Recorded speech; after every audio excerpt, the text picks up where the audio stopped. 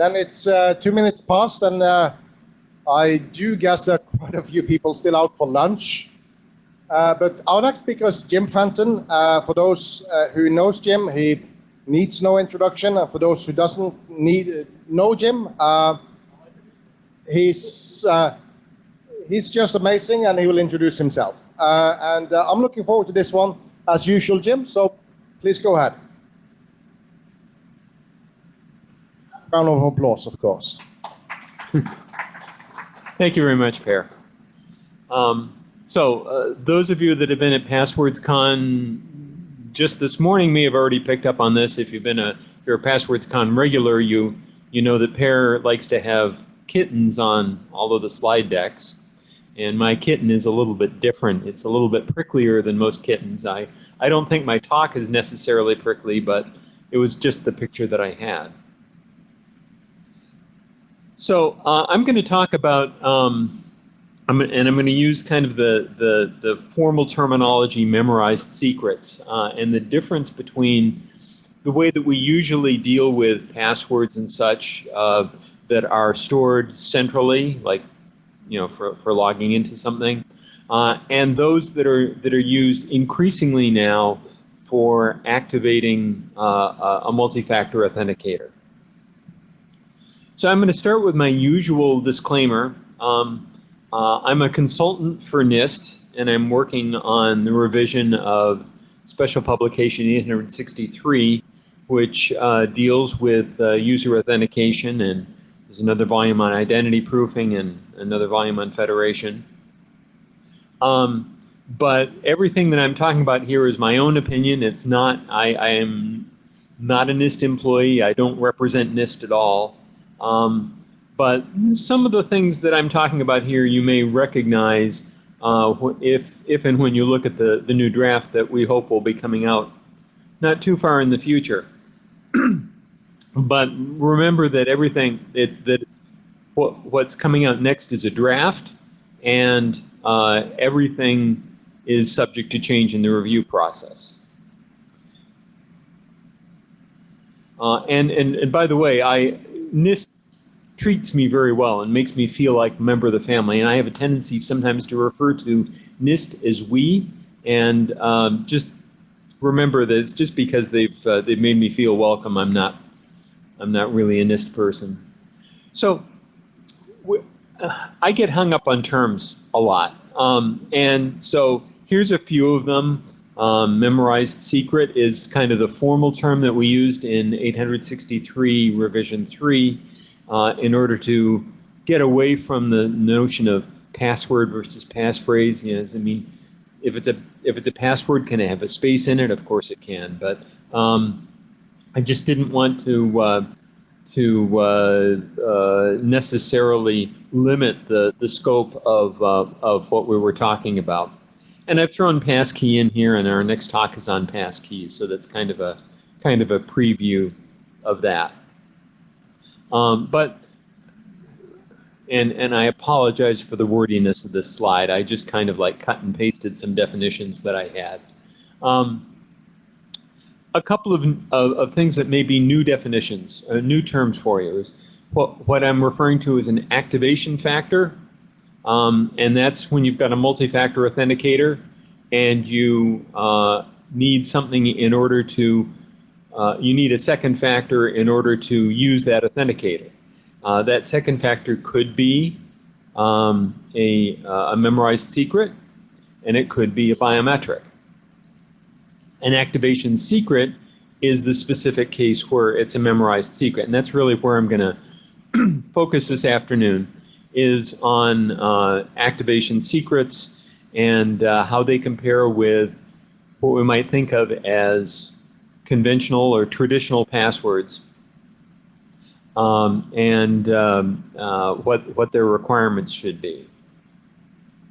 Now, one of the things, I'm going to actually go off slide for a minute here. One of the things that we did in the previous revision of 863, we did all sorts of things that people have noticed about memorized secrets, recommending that they not be subject to expiration, recommending that you not have composition requirements and so forth. But we kind of lumped together what I'm now calling activation secrets with memorized secrets, and applied many of the same requirements to activation secrets as other sorts of memorized secrets. And in retrospect, I think we could have done better with activation secrets. So here's what I'm talking about here, and it's used to activate a multi-factor authenticator. So examples of multi-factor authenticators are things like FIDO tokens, are things like smart cards, but they can also be embedded authenticators where your it could be an app in a mobile device or something like that as well. In the case of an activation secret, you can actually use that in order to derive the authentication secret. You can essentially, if you will, encrypt the authentication secret with using the activation secret as a key. I realize it's not a very long key, but we've got some other mitigations for the link that I'll be talking about. Usually the activation secret is something that's selected by the user. There are some exceptions to that. If you get an ATM card, sometimes the bank will choose a PIN and maybe give you the option to change it, but usually selected by the user, and that has a big effect on the guessability of the activation secrets. And usually the activation secret, if you've got an authenticator like a FIDO token, uses the same activation secret for everything that token is used to authenticate at. So it's one activation secret per authenticator rather than per site that you authenticate at, which means there's less to remember. Now, this is where the real differences come in between activation secrets and other sorts of memorized secrets. The first one, the first threat, brute force, is really the same for both. An attacker can just try and guess, either make an intelligent guess or a dumb guess, and that can be done just as well with an activation secret. But a lot of the other threats are different. In the case of a centrally stored memorized secret, it often involves the cracking of some sort of a centralized authentication database that got exfiltered somehow. Whereas with the activation secret, we'd be thinking, since it's stored in the authenticator itself or in the endpoint in a few cases, it's really, you're thinking about the physical attacks on that and possible side channel attacks. Is there some way that you can maybe by the radio frequency it emits, or maybe by the current drain, those sorts of side channels might be possible for a multi-factor authenticator. Shoulder surfing actually is similar to both, although in the case of an activation secret, it's really shoulder surfing plus they steal your authenticator. So, if you're at the subway station and you're typing in your PIN on your phone to authenticate somewhere, be aware of your surroundings, because that might be a situation where you'd have a combined attack where somebody watches you do that and then grabs your phone. And then, of course, for regular passwords, there are password spraying attacks because people have a tendency to use the same passwords on multiple sites. So perhaps the same one that you used on some service that got breached might also be usable for your bank account. Whereas for activation secrets,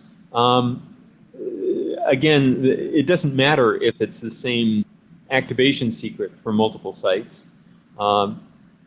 Instead, we're kind of thinking more about other sorts of forensic attacks.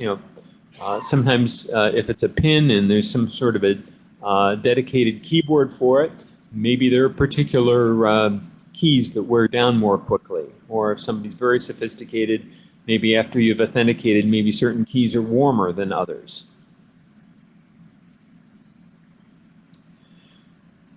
So in order to take this into account, there are a few dimensions, a few different factors that we can address about how an activation secret should be constructed and how it should be used. Of course, there's the composition question: what characters, the length of it, the throttling. I mean, I mentioned earlier about the fact that there are brute force attacks are a significant threat for both activation secrets and regular passwords, and so the throttling is a very significant countermeasure to that, and also block lists. So in most cases, activation secrets tend to be pins, and in fact, sometimes people equate pins with activation secrets. I don't tend to use that term because they aren't always numeric. In fact, for a FIDO token, I can change my activation pin to A, B, C, D, E, F, and it's just fine with that. As long as I'm using an endpoint that has an alphanumeric keyboard, I can use that.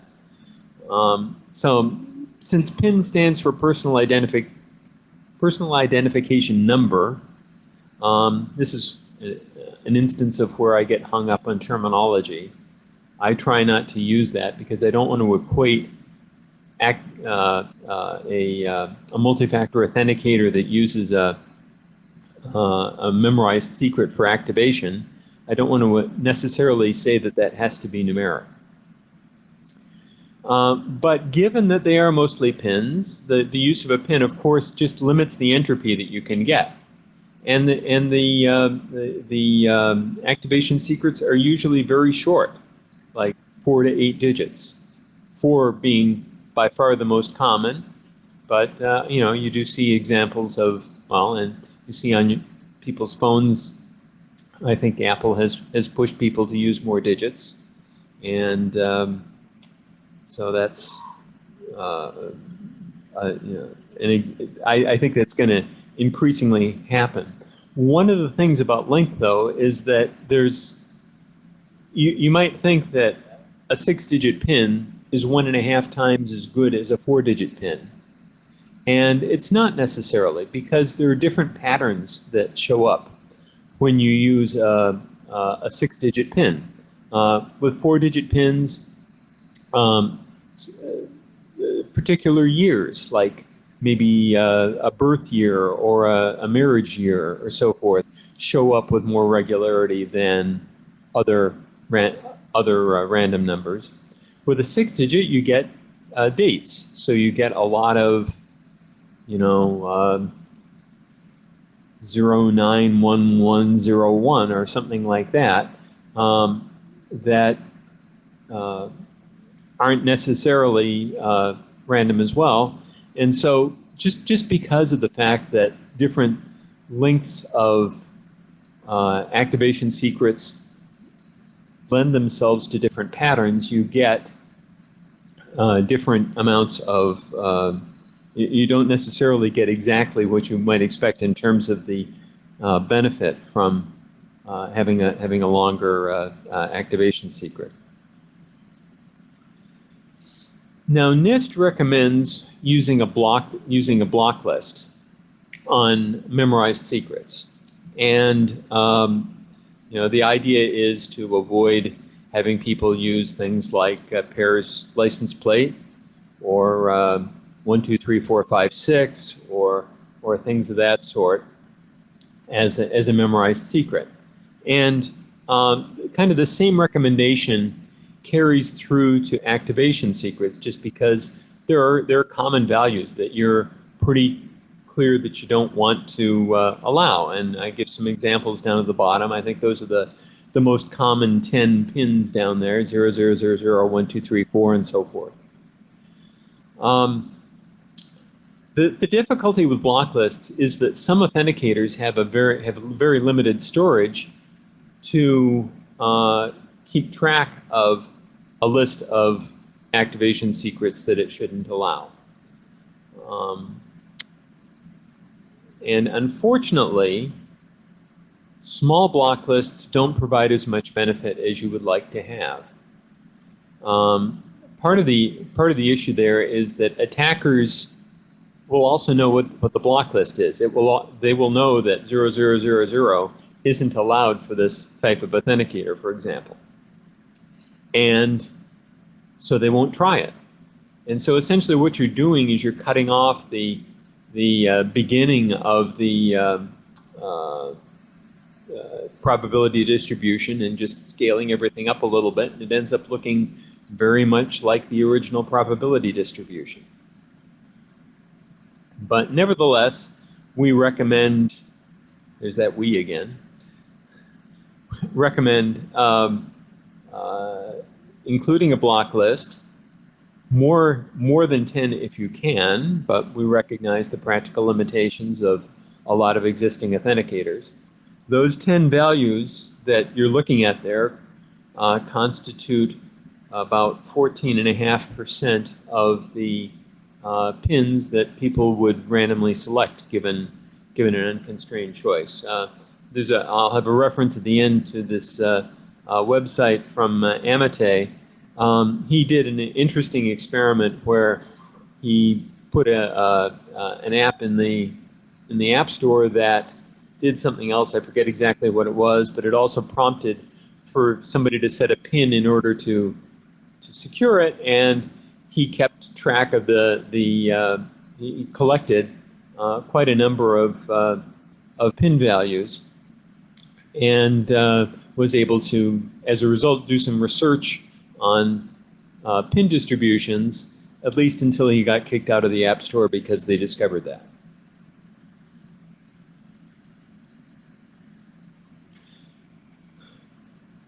And the next dimension is throttling.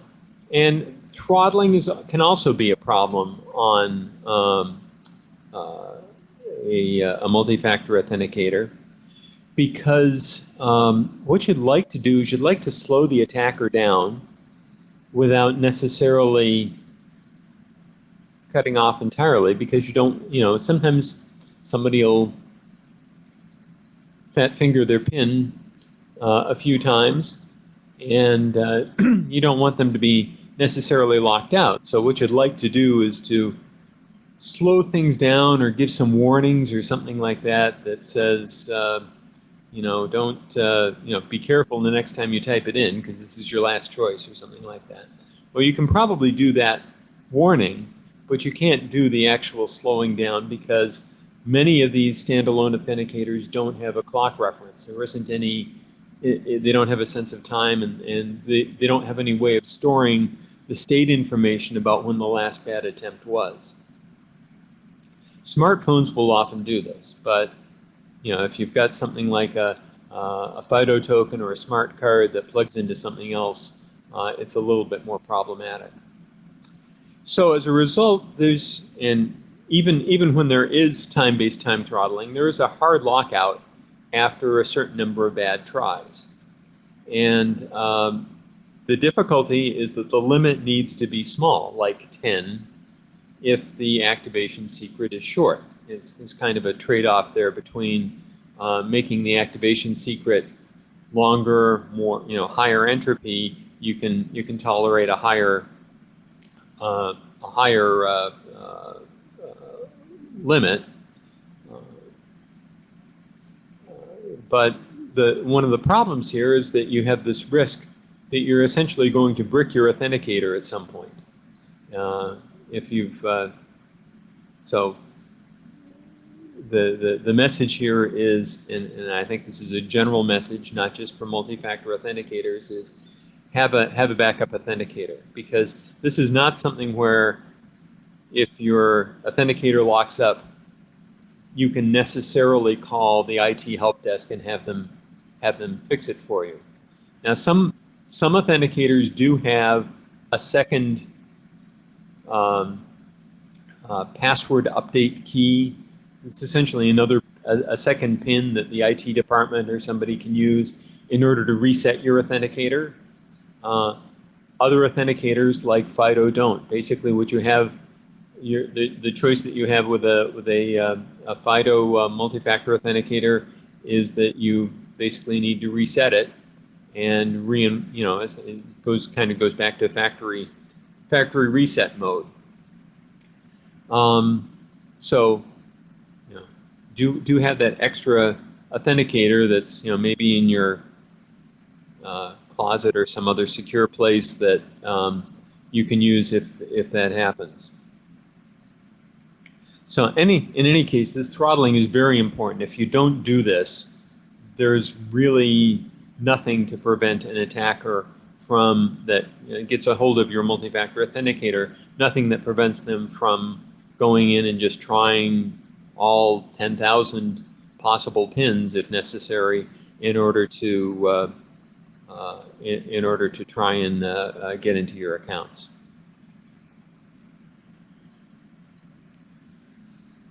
So kind of my overall message is that activation secrets have a lot of different characteristics. They have a different threat model. They have different structure. You might say, well, gee, if I have a 16-character password, shouldn't I also have a 16-character activation secret? And hopefully I've expressed to you why that isn't necessarily the case.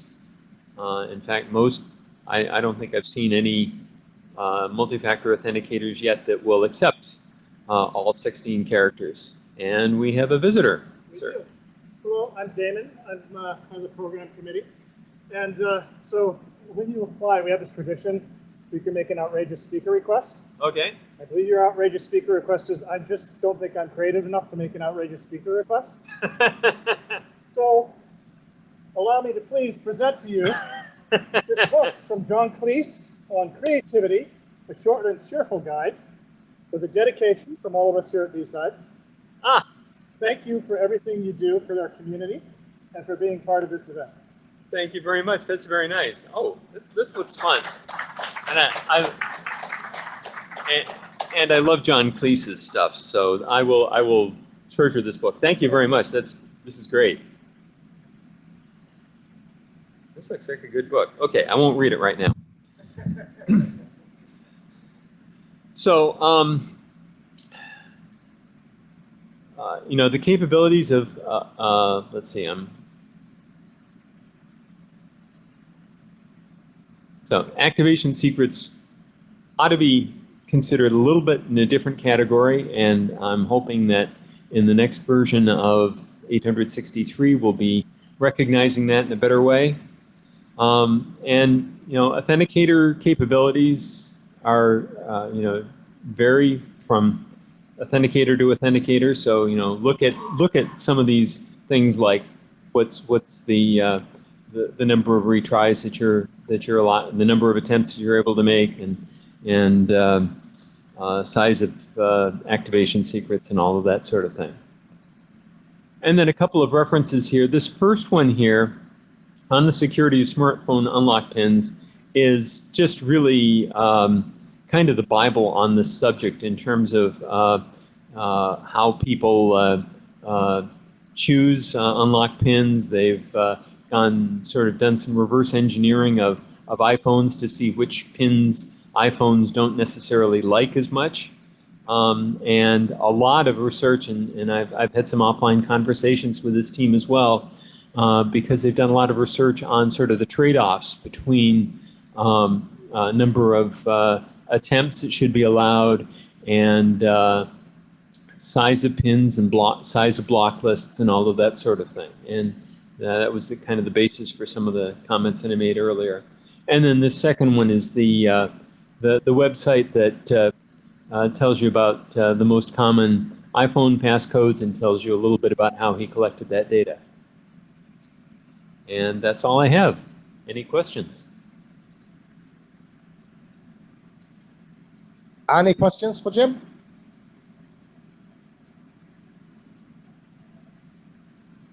A fair amount of smartphone authenticators allow the user to actually activate with biometrics instead of a PIN.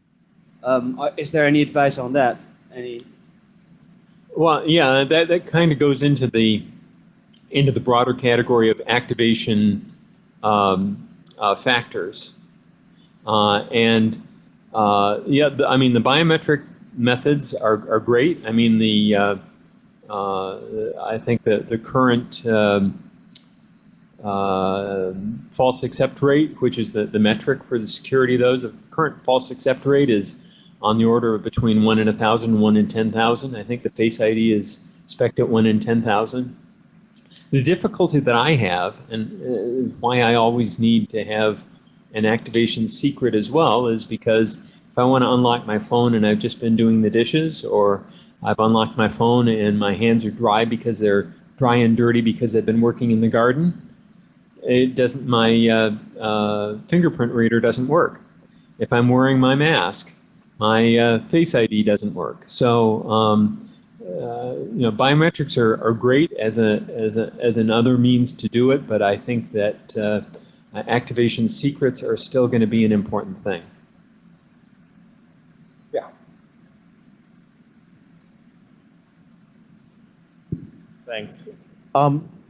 You said that you're consulting for NIST, even though you don't work for them, and you mentioned that some of the items here might be in the final draft. So just curious, what are the recommendations you're providing to NIST for the SP 863 that currently isn't in there? Well, I mean, the current recommendation treats activation secrets in the same category as other sorts of memorized secrets. There is a little bit of a special case there for numeric memorized secrets that are randomly generated by the verifier, but it turns out nobody actually does that. And so really the new treatment of activation secrets is in order to come up with some guidelines that are really intended to be more generally applicable and actually deal with some of the differences that I've talked about in this talk. Did that answer your question? Otherwise, talk to Jim afterwards. We have to move on. Around. Thank you again, Jim.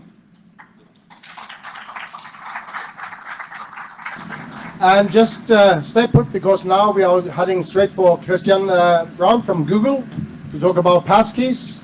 And after that, we're also doing the panel on all things FIDO, where we have both FIDO Alliance, we have Microsoft, and we have Google up here. If you have any questions related to that, you can ask that while we go ahead with the panel discussion.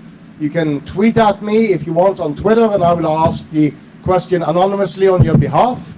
But prepare your questions for that. And while Christian is getting ready, I can do some of my old jokes, like my ex-wife is probably the woman in the world who knows most against her about passwords against her own will. A pin walks into a bar and the bartender says, "What? You're too short to be here, obviously." Yeah. I have a little thing with Christian. I was doing PasswordsCon in Stockholm in 2018. I was incredibly happy to see that Christian from Google submitted the talk. He wanted to come and talk about FIDO stuff. And being the person I am, I was thinking about, well, so Christian is coming to talk about FIDO, and I've been up and down talking about FIDO before as well. So I figured how to best welcome Christian to Scandinavia, to Stockholm in Sweden. So I created a t-shirt saying, what do we still have in 10 years from now?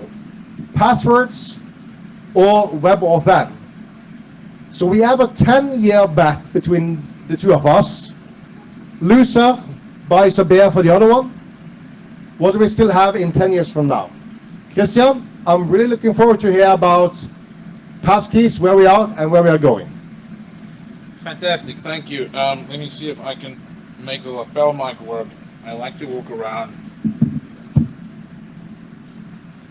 And here we go. All right, There we have some. Yeah. perfect. Let's see if we can click on this one. All right, let's do it like this. Do let me know if it slips down, and then we'll figure that out during the presentation. Thank you for the warm welcome, Per. I'm Christian. I'm a product manager at Google, and I've been working on Fido and WebAuthn related initiatives for almost a decade now. This is the year, I feel like. I say that every year. Now, this really is the year. And I think what I'm going to try and do here is go through a little bit of background on like what we've been doing. You know, I think the presentation is officially titled like, you know, where we are, where we've been, and where we're going. And then we'll lead into a Q&A with the panel where some of my other colleagues on the Fido side will join me if folks have any questions, and we can have a healthy discussion. Before we get into that, though, I just want to make sure that I have my logistics figured out. I am planning to do a live demo, which is always a lot of fun, especially for the people in the audience when it doesn't work. So I think we're good. I think we've got everything ready, and when we get to that part of the presentation, hopefully we should be able to do that without too much trouble. I'm going to plug this in too. Just want to make sure. Don't want to set up my keyboard now. And hopefully we should be good to go. All right, excellent, cool.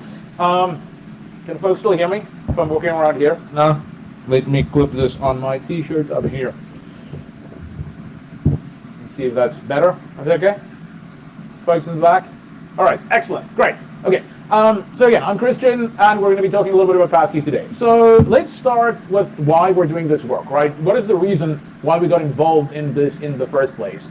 Back in 2009, Google suffered an attack, very similar actually to what has happened just 2 or 3 days ago with some other vendors. Basically, Google got phished, right? There was a phishing email, a phishing message, someone clicked on it, gave away credentials, and hey, you know, someone got into the system.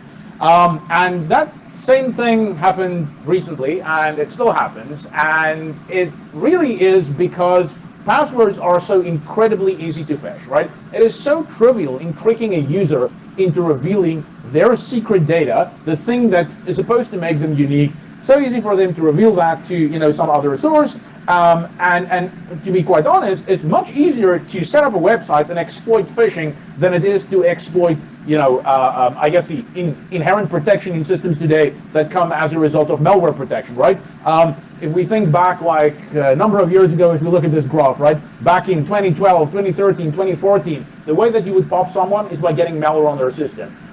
No one does that nowadays, right? For 2 reasons. Phishing is super easy to pull off, and secondly, operating systems have become much better at isolation and just in general at keeping bad and unwanted software out. Apple App Store is one way, you know, very curated. Google Play Store, kind of similar, and even on other desktop operating systems, the operating systems have become much better at ensuring that bad software and unwanted software stays out. So phishing is the one thing that we want to protect against. Back to the short history here, 2009, you know, this stuff happened, and we vowed that we don't want phishing and credential phishing to ever be a problem for Google enterprise users or Google internal users again. And that's really where our journey, the Google journey, started towards the stuff that I want to talk about here today, which is Fido and passkeys and WebAuthn. So we wanted to find a solution to this problem. So a bunch of different companies got together, right? This isn't an exhaustive list. This is a couple of names of folks that's part of this thing called the Fido Alliance. And I'm sure folks in this audience have probably all heard about the Fido Alliance. It's a bunch of us that came together and we said, hey, we want to solve this problem. We have this phishing problem. We have usability problems. We've got other problems. We want to, you know, band together and we want to try and address this problem going forward. And what we came up with is something called, and in the next slide, you'll see a little bit of a different explanation of this, but we came up with something called WebAuthn, Web Authentication, and it's W3C, World Wide Web Consortium specification, that allows developers or web developers to interact with security hardware and security implementations on platforms. And we'll talk a little bit more about what that means in a second. But basically, there's the World Wide Web Consortium who has the specification for a lot of this work, and then there is the Fido Alliance which is the organization in which a lot of us operate together and kind of like came up with some of the work that ultimately led to the specification in the W3C. And a different representation of how that works and how these things are related is this graphic here. Essentially, you have FIDO and FIDO2. FIDO2 is kind of like this overarching thing, this umbrella, terminology that sits at the top. And then inside of FIDO2, you have a web specification, which is how a developer would interact with FIDO stuff. If you write a website, essentially you'll deal with whatever is in the W3C WebAuthn specification. That's kind of like on the right-hand side here. And then if you are a vendor that makes physical security keys, right? That's stuff that we'll talk about in a second. That's part of what we've done in FIDO. Physical security keys was the first instantiation of FIDO hardware and of the solution, this phishing resistant solution, which we'll talk about. But essentially, if you're an authenticator vendor, then you deal with the standard that sits under the FIDO Alliance, which is called CTAP, Client to Authenticator Protocol. For most of us in this room, if you're not an authenticator vendor, if you're not interested in making physical keys, you can ignore most of the part on the left there. But what is way more interesting is recently, we've decided that not only will we, under the FIDO umbrella, be supporting physical external security keys, things that a user has to buy and carry and that they can use to authenticate, but we will also support built-in authenticators. So stuff that's already inside of the platform that can make the platform act and get all of the benefits of a FIDO authenticator. These are things like fingerprint sensors, the screen unlock of the device, face recognition. So there's a lot of this technology that has been in devices ever since the advent of the iPhone 5S, I guess, which is the first real consumer device with a fingerprint on it. I mean, before that we had some desktop and laptop systems, but it never really took off. This is the first time that it became mainstream. And when we saw that, we were like, hey, it would be cool to allow developers to get access to that hardware with all of the features and all of the benefits that FIDO authentication provides. So we'll talk about that. So if we look at a quick timeline here, right, we started off with the physical removable security key. Back in 2009, when Google had our issues, when we said, hey, we never want to get phished again, we designed a protocol, which is basically what ended up becoming U2F, together with some other folks that work with us in FIDO. But U2F, Universal Second Factor, was the first instantiation of FIDO, and that is where you use a physical device. Most of the time a USB device that has some key material on it. When you want to sign into a system, you present this key material, and then the way that the protocol is constructed, the authentication sequencing is phishing resistant. So it means even if you're tricked into going to a website that's not really the real Google or the real Microsoft or the real Facebook, the security key will not reveal its secret. And that was kind of like one of the big benefits of moving into this FIDO world, because if you look at other forms of multi-factor authentication, pretty much none of them, except for smart cards, have the inherent phishing protection that FIDO devices have. So FIDO devices brought, back in the blue kind of side on the left, it brought phishing-resistant multi-factor authentication to the masses and to the web. But we still needed users to go and buy physical security keys. And, we knew that that had a very limited kind of like usable segment there. And then we went on and we said, well, it's really cool now that the iPhone 5 has fingerprint sensors and Android has fingerprint sensors, and now it has on laptops and other devices. We have like Windows Hello, which is a mechanism for doing biometrics on the device. What if we could tie that same technology into FIDO, and we can essentially expand from only users who buy physical keys to a world where anyone that has hardware that has these capabilities can also benefit from phishing-resistant FIDO as kind of like an additional factor. We'll talk about that in a second. So that's kind of like stuff that we've done back in 2017, 2018. Lately, we've added support for other, purpose-built flows. For example, there are certain types of financial services regulation that came out in Europe.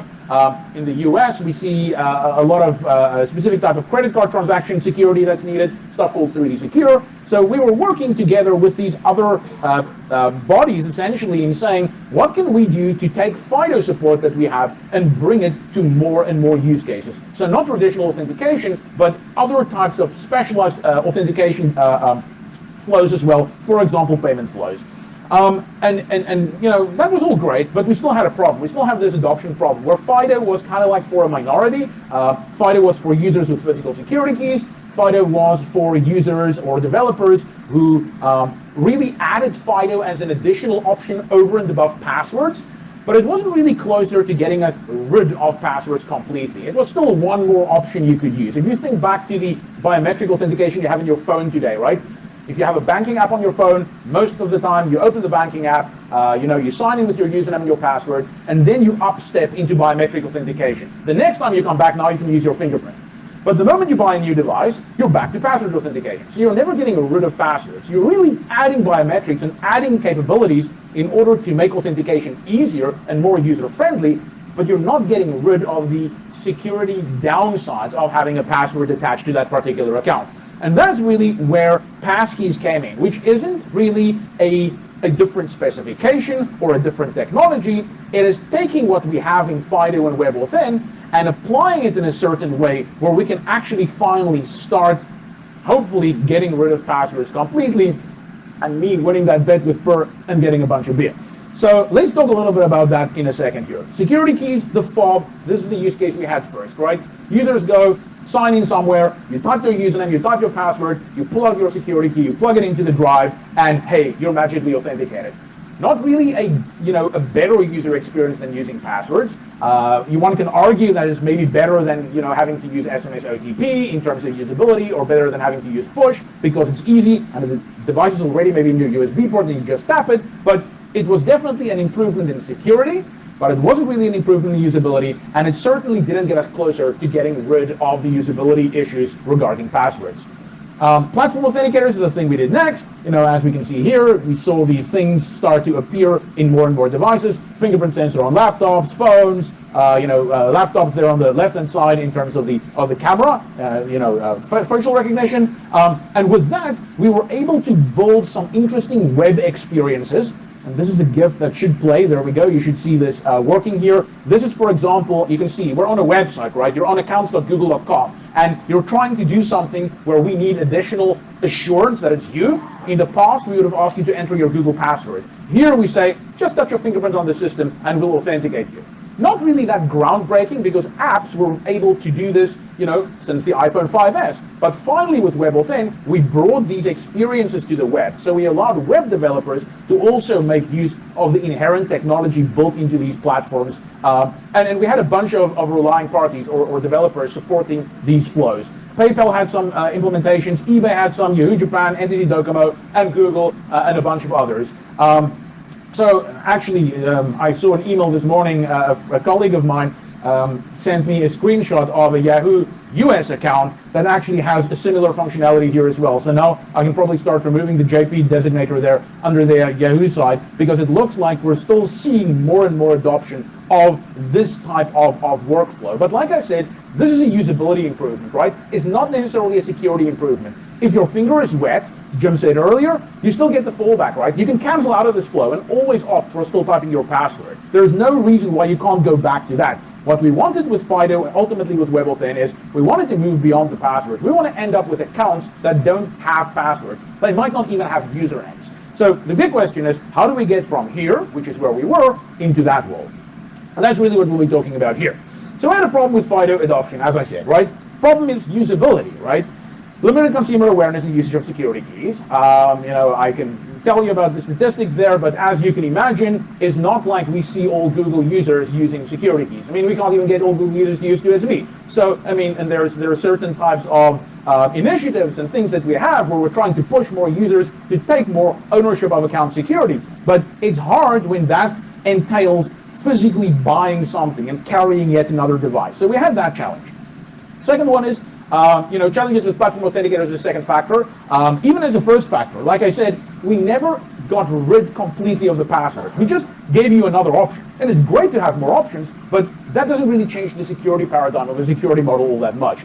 And then the last one, as I said, like high barrier to adoption for users who need to opt into 2SV. I mean, we can't even get users to opt into 2SV. How do we opt them into using technology that entails an additional step or 2 or 3 steps and having to carry around physical devices and all sorts of other stuff? So these were the problems, and these were really the FIDO limits back before we started in this engaging in this passkey realm. So what is passkey? Well, passkey is a password replacement that is safer, easier, and faster to use. Passkey isn't the brand. It's not supposed to be capitalized. It's a noun. It's like passwords, right? You just say, hey, I have a password. I have a passkey.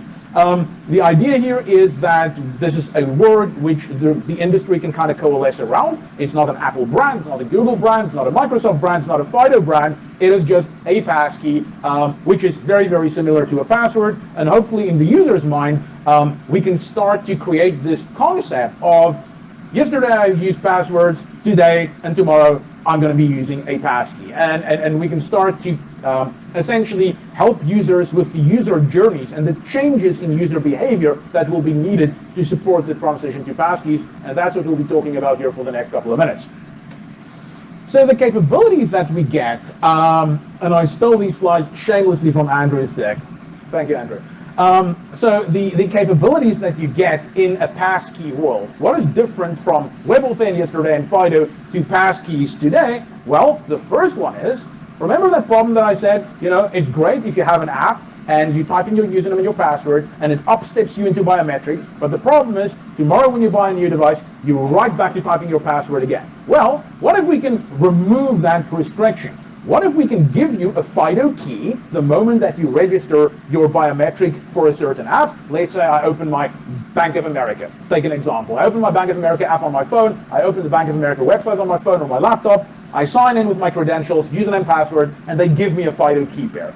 I didn't go into that details. I'm assuming that folks here kind of like have a basic understanding of what's going on beneath, the layers of FIDO. But essentially, when you get a FIDO, when you do a FIDO registration, when you register your security key, or when you register your platform authenticator, your fingerprint sensor, or your facial recognition on a certain website or to an app, a public-private key pair gets created. The private key stays on the device, and the public key goes to the website, right? So that's kind of like how FIDO works.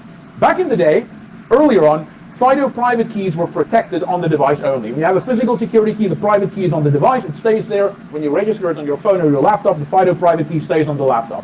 What if that restriction didn't exist? What if we could take that private key that you have on your phone and we could replicate it to all your other devices that you own as well?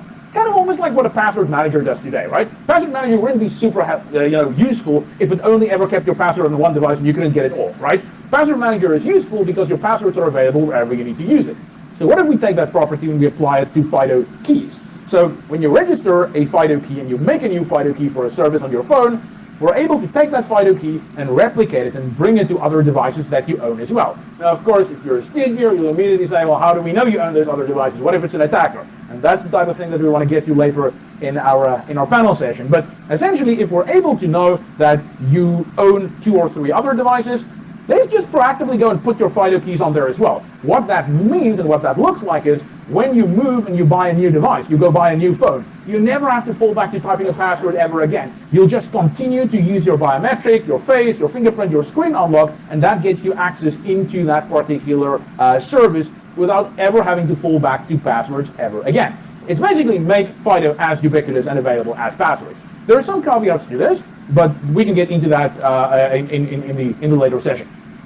The second thing is, well, what happens if you're on a device and you just don't have your FIDO credentials there? I mean, this is the typical password problem, right? The password manager problem. I think I heard earlier folks saying like, I have this issue where I want to sign in on my television, or I want to sign in on a friend's computer. I have to retype my password from my password manager into the keyboard at a special character. It's a huge pain in the ass. Like, how do we solve that problem? Well, the way that FIDO solves it is we developed a local protocol that allows 2 devices to talk to one another over local proximity using a specialized Bluetooth protocol. So essentially the use case is, I want to sign in on my television, I want to sign in on my friend's laptop, I go to their laptop, I click on the website I want to sign into, I bring my phone close enough together, which has my FIDO passkeys close enough together to their machine, I tap the account I want to use, and magically I'm signed in. No retyping of credentials, totally phishing resistant because everything that is FIDO related still stays intact, and my credential actually never goes to my friend's machine. Only the signature that allows a once-used sign-in actually goes to their machine over this local proximity protocol. Because it's not via the cloud, because it's local proximity-based, we get all of the inherent phishing protection that you get out of FIDO in this particular protocol as well. And these 2 things is basically the only difference between what we had in old FIDO and what we have in new passkeys. It's FIDO credentials with the ability to synchronize and the ability to be exercised remotely using these proximity protocols that we've now defined and that most popular operating systems have stated that they will adopt. So We have support for this, whether you're using Android to a Mac device or whether you're using an iPhone to a Windows device. These protocols are implemented in a standardized way so that it's not a vendor lock-in. It works basically essentially, well, it works, doesn't matter what platform you own. As long as it's a fairly modern platform, and again, we can talk about the exact versioning there, these types of experiences is what we enable. So, here's an experience on Windows, for example. User goes, want to sign in somewhere, sends a prompt to the phone. Again, it's not a prompt via the cloud. It's a prompt to the system on Android here. It's also not to an app. It's to the Android system, and it allows you to then unlock, in this case, using your face here, pick the account you want to use, and then over the local proximity protocol, we then let the device know that, yep, the user has authorized this login. They can go ahead and they can continue, down this track. Cross-device, cross-ecosystem, one mobile device can bootstrap another ecosystem or another device, which is essentially how we get away from the issue of having the user, retype long strings. And if you retype a long string, you can make an error and type it into a phishing website and whatever. None of that is in effect here because everything is essentially automated between these two systems, and there's a handshake. So access a new app, use your mobile device to sign in, and then the thinking is, if you use your mobile device to sign in on a new system, if that's your system, if that's not your friend, you can create a brand new passkey on that system that signs you into the account. So tomorrow, if you come back on your Windows machine, you don't have to grab your phone again because that would be painful, right? You can now just on your Windows machine, show your face, touch your fingerprint, whatever you need to do, and then gets you back into that same service in an easier way. So no need to fall back to using your phone every single time that you want to log on devices that you own and devices that you trust. So with this, let's look at a quick demo if I can make this work. This is always a little bit tricky, but I'm going to try my best. Let's open this guy up here. And essentially what I want to do is I want to show the experience that I just talked you guys through. I want to show that experience in real time on my Android device. So let's see if we're able to make this work. If everything works, you should see my phone screen there in a second. Cool. Okay, so that's always good if that part works. So that is just my Android phone that I have here, right? So I'm going to take you through a typical experience of a user here using passkeys. And essentially it goes like this. User goes, opens their browser, and they hit, their favorite banking website. In this case, I have this fictitious bank called TriBank. I've never dealt with passkeys in my life ever before. This is my first time doing that. So what will happen is the system says, hey, do you want to sign in? Ignore the sign in with a passkey button at the top for the moment. Let's just talk about the or space at the bottom, right? So this is a user, never dealt with passkeys ever before, first time ever. They're going to go in, they're going to type, let's refresh this, make sure everything works. Yep, user goes, types username, types password, and hit the sign in button, right? Now what will happen in the background is the system will detect, the TriBank server-side system will detect I'm on a device that supports passkeys. That's a silent detection mechanism we've added. And it'll offer the user the option to create what's called a passkey. So there's an explicit passkey creation moment that takes place. I'm going to say, yep, create me a passkey. System UI kicks in and says, hey, do you want a passkey? I say, yeah, sure, I want one. Here's a little bit of metadata about the passkey. Passkeys contains an icon, it contains a display name, it contains a username, a bunch of information, and it also tells me there down at the bottom that this passkey will be synchronized to my Google account in the future. So if I sign into Android on any other device, I will actually be getting those passkeys on that device as well. And then lastly, I need to do a user gesture here, touch my fingerprint, and that creates me a passkey.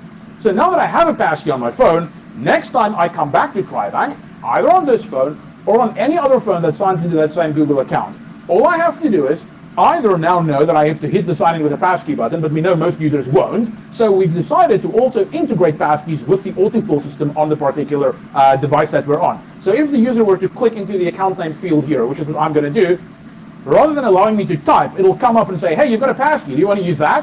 And I'm going to go, yeah, sure. I'm going to use my passkey. Click it, touch my fingerprint, and at this point, I should instantaneously be signed into the account. Now, I mean, up until this point, that still makes a lot of sense. One other cool thing that I didn't say is, once I made a passkey on the web, the same passkey is also usable in an app. So if I download the TriBank app from the Google Play Store, I can now open the TriBank app. I can hit sign in with a passkey here. I can click on that exact same passkey I created over on the web. And because the app and the website is linked using asset linking, I can go and just touch my fingerprint and amazingly be signed into my app as well. So whether I create the passkey on the web or the app doesn't really matter. They're usable in both places. And then as a last kind of little add-on to the demo is, let's quickly show how the experience would work for a user that's on a friend's machine. So I'm going to sign into TriBank on my buddy's machine over here. And what I'm going to do is I'm going to go to the TriBank website, to make sure it's online. There we go. And I'm not going to type in my username and my password here. I'm simply going to say sign in with a passkey. The system will detect that I don't have any passkeys yet for TriBank, so it's going to tell me to scan this QR code. Now, the QR code is necessary just to let these two devices know that they want to be talking to one another. If you have another 5 laptops and 2 phones in the audience here, we don't want my phone to accidentally talk to your laptop. So it's kind of like a disambiguation thing, where I want to make sure this laptop and this phone talk to one another over Bluetooth. I'm going to say use passkey. There is no explicit pairing. Everything is handled by the protocol. So I say, yep, I allow these devices to talk to one another. The passkey I created earlier in my demo is now available on my phone. I pick it, touch my fingerprint, and at that point in time, I should be magically signed in on my laptop here on the left. And as I said earlier, because I don't have a passkey on my laptop yet, the website will offer me to create a local one. So next time I come back to TriBank, I don't have to grab my phone. So I'm going to say, yeah, sure, make me another passkey on my laptop. I can use my fingerprint because this laptop is one of those that's equipped with a fingerprint sensor. So I'm going to touch my fingerprint. And now I have yet another passkey for this website on my laptop. So if I ever come back to this website on my laptop here, I can just click sign in with a passkey, touch my fingerprint, no phone needed, pick the credential that I want to use, and instantly I will be signed into the account. I promise I'm almost done. We'll go a quick recap, and then I will make time for the panel here. Let's just look at a quick recap here. So what did we see here? Well, the first one is user info is stored on the authenticator on the registration, right? Remember I had this promo where the website said, hey, do you want a passkey? At that point in time, I create a credential on the device. It's called a discoverable credential, which means metadata about the credential is associated with it on the device, which means I don't need to type usernames anymore. I don't need to type passwords. All of that information is now associated and stored on the particular authenticator on the platform. So next time I open that website up, the system can prompt me for all of my stored credentials. I simply pick the one I want to use, click on the one, do my fingerprint scan, and amazingly, I'm signed in. As I said, the synchronization happens. If I own more than one device and they're all signed into the same account, we get synchronization.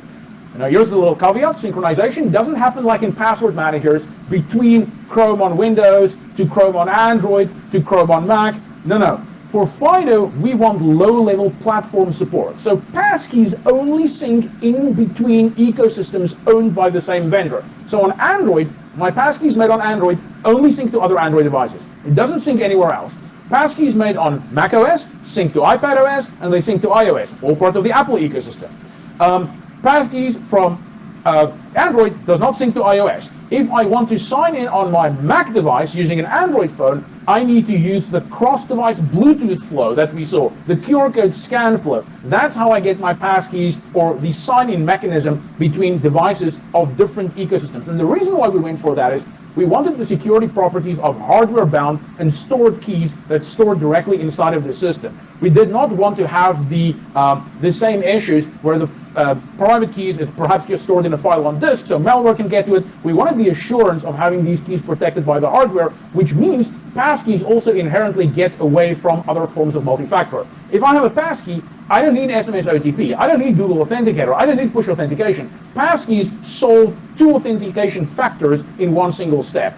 The possession of the key and the way to unlock it is enough to get access to a passkey, which should then account for both authentication factors in one fell swoop. That's the other reason we wanted to go down the passkey route here with the protection. Last slide, I promise, is, and then of course the integration with Autofill. We don't think it's going to be successful if we have to train users to go and find a button like this on a page. So we actually don't think that a button like this should even be on a page for the next 5 years. We should have integration of passkeys directly in the autofill system, so that together with your passwords, we just show you available passkeys, you click on it, and you can sign in. And if you don't have a passkey available, you can always go passkey from a different device, which allows you to pair a different phone, bring it to this in proximity, and then use the passkey from another device to sign in on the device that you currently own and that you're currently on.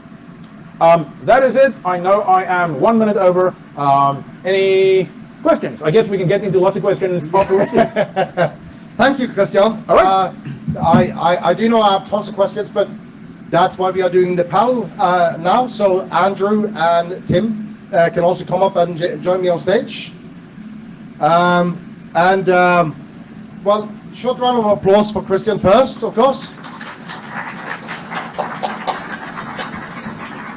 Now, I'm not going to say I know Christian, but we have met a couple of times and we have talked online as well. So Christian have a certain idea on your how much of pain in the ass I can be asking questions. I had dinner with Tim yesterday and also warned him that I like to do the difficult questions. And Andrew just walked straight into the trap on this one. So back in Norway, at one of the universities there's a biometrics lab that are rated as one of the best in the world. And every time they want to do a panel discussion, they contact me because they say that I'm really incredibly good at being the devil's advocate. So I wanted to start out by saying that on my phone right now, I'm actually looking at a couple of slides from someone named Simon Josefsson at a company called Yubico. And these slides are actually from PasswordsCon in June 2011. Oh, wow. In Bergen, Norway, where he was presenting the YubiKey. And very shortly after his talk, I purchased my first YubiKey. And this is then 11 years old. So my first question is for Andrew. What's taking you so long? Thank you. How much time do we have before the next session? Well, after this session, there's 1 hour break. Oh, there is. Okay. Is this on? So, great question. I'd note that FIDO Alliance, for those of you who don't know, we're an industry body. Over 250 companies take part. We're fortunate enough to have all the platforms involved, Yubico, security key vendors, service providers, groups like that. We're coming into our 10th year of existence. So this is around 11 years ago that Yubico had the idea of the YubiKey. I actually think we've made remarkable progress with the FIDO standards. Christian talked about WebAuthn. WebAuthn is supported by dozens of leading brands. Hundreds of millions of consumers can log in, re-authenticate without a password thanks to that. Now what we're hitting though is a point of, well, that's good, but to really take on passwords and to have the same ubiquity as passwords, we need to take on some of the same traits, which is easy access, ubiquitous access, and ease of use. And I could say, like today, every conversation I have about FIDO begins and ends with usability. And so passkeys, first and foremost, are a more usable means of doing passwordless authentication, which allows us to hit our core goal of reducing industry reliance on passwords. So I think we've made good progress in 10 years, actually. The fact that we've seen such adoption, every meaningful company is taking part in FIDO Alliance. There's no counter standard to FIDO because everyone understands that this is, FIDO is basically the SSL of user authentication. It's that critical, and I think we need to have the same approach, and we'll have the same success as far as being embedded in every system, service, and platform out there. Now, in regards to Yubico and the YubiKey, as Christian was talking about before, that's another form factor for doing FIDO authentication. In fact, I would say that will remain the gold standard from a security standpoint for FIDO authentication. There are certain use cases where a key will always be used. That being said, what is so exciting about passkey is the proposition of taking passwords out of play entirely for hundreds of millions, if not billions, of consumers. And if someone can't get excited about that, I don't know, what they're waiting for. So to answer your question, I think we're making good progress. Passkey stands to take us to the next level after this. Thank you. Okay. Tim. FIDO, U2F, WebAuthn, passkeys. Can you explain this to my mom in like a sentence?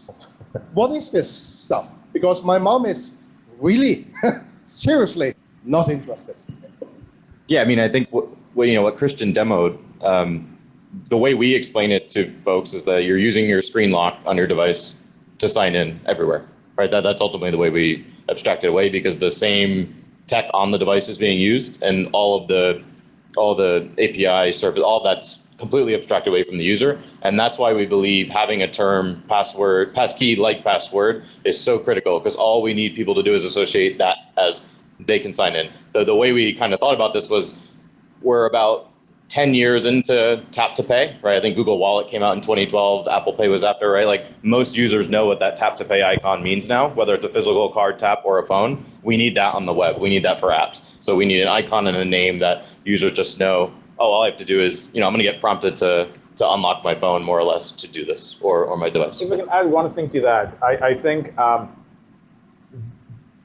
until a year ago, we weren't quite ready with this experience yet, because we were always thinking a user will have to know, do I have a password? Do I have a passkey? They have to make that mental decision, and that was actually a big flaw, right? In the development of this, is like users don't know. Today, if you have a security key, you need to know you have a security key because you need to have it present, right? The thinking with passkeys is everything is abstracted away, like with the password manager today. You just go where you want to go. You click into the field, and whatever's available magically pops up and gets presented. And until we really had that experience figured out, I think this wasn't really ready for prime time. But because we now have it, we're hoping that it is. Yeah. Okay, Christian. Throughout the years, I've seen all kinds of authentication schemes come up and fall down like dead flies in seconds. I've got to be honest, I do have a certain level of faith in FIDO WebAuthn, but again, I'm here for being the devil's advocate. So I've seen Facebook try to push two-factor authentication a couple of years ago, and one of the things I got fascinated when Facebook was really pushing two-factor authentication is that after enabling two-factor authentication, you would get a pop-up for like every time you logged in for a period of at least 2 weeks, where they said, you have enabled two-factor authentication. Would you like to turn it off? And I was like, wait, what? I do know people at Facebook, so I asked about this, and they said, well, it's pretty simple, Per. When you have 1.5 billion users in the world, there are going to be some people that are clueless, absolutely clueless to what they just did. So they had to do that just to make sure that people at some level knew what they were doing. Apple have also tried to push the adoption of two-factor authentication for your Apple account. Google is pushing the Advanced Protection Program. When will you try to push the use of FIDO WebAuthn onto users, like to make it mandatory for, let's say, just a couple of million users, just to see what happens? That's a great question.